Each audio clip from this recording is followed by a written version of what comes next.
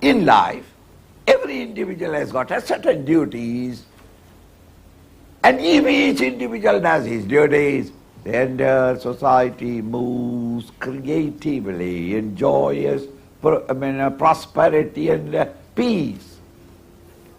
But when you escape your duty, and you don't want to do your duty for your personal selfish comfort, then it is the problems come in the society.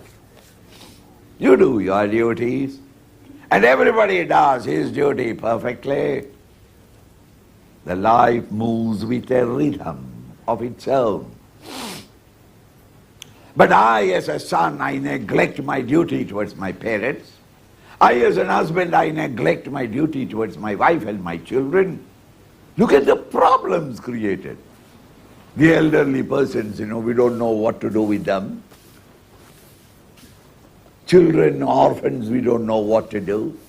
The neglected wives or the ex-wives, what to do in the community. See?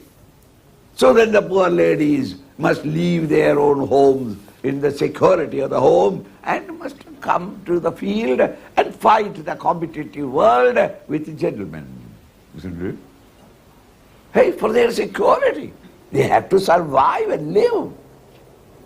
All this chaos created by what? By each individual neglecting his own duty.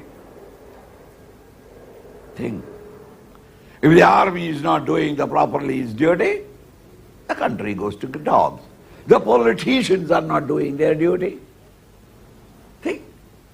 If everyone does his duties, the entire integrated society moves as one being, hale and hearty, healthy, prosperous and peaceful.